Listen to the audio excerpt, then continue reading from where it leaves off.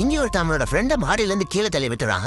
ஏன்னா கொஞ்ச நேரத்துக்கு முன்னாடி அவன் வாங்கின லாட்டரி டிக்கெட்ல $1,000,000 பரிசு விழுந்திருக்குன்னு சொல்லிட்டு இருக்கான். அதை கேட்டதும் பொறாமையில அவனை மாடியில இருந்து கீழே தள்ளி விட்டுறான். இப்ப கீழே விழுந்தவன் கையில இருந்த லாட்டரி டிக்கெட்டை எடுக்கிறதுக்காக வரான். வந்து பார்த்தா அவன் கையில இருந்த டிக்கெட் காணாம போயிடுது. பயந்து போய் எல்லா பக்கமும் தேடி பாக்குறான். ஒரு வழியா அந்த டிக்கெட்டை கண்டுபிடிச்சிடறான். ஆனா கீழே விழுந்தவனோட கை லேசா அசையற மாதிரி தெரியுது. உடனே பக்கத்துல இருந்த ஒரு கம்பி எடுத்து பூச்சி நிக்கிற வரைக்கும் அடிச்சே போட்டு தள்ளிடுறான். அதுக்கப்புறம் பழி இவன் மேல விழுந்துடக்கூடாதுன்னு ஒரு துணியில சுத்தி கொஞ்ச தூரத்துல நின்னுட்டு இருக்க ஒரு ட்ரக்குக்குள்ள தூக்கி போட்டு கிளம்புறதுக்கு முன்னாடி சேஃப்டிக்காக இன்னும் 4 அடி சேர்த்து அடிச்சுட்டு அந்த கம்பி அந்த ட்ரக்லயே போட்டு வந்துடுறான். இவன் நினைச்ச மாதிரியே கொஞ்ச நேரம் கழிச்சு வந்த டிரைவர் டோர் திறந்திருக்கிறத பார்த்து சந்தேகப்பட்டு உள்ள எட்டி பார்த்ததும் பயந்து போயிடுறாங்க. உடனே அந்த ட்ரக் எடுத்துட்டு கிளம்பிடுறாங்க.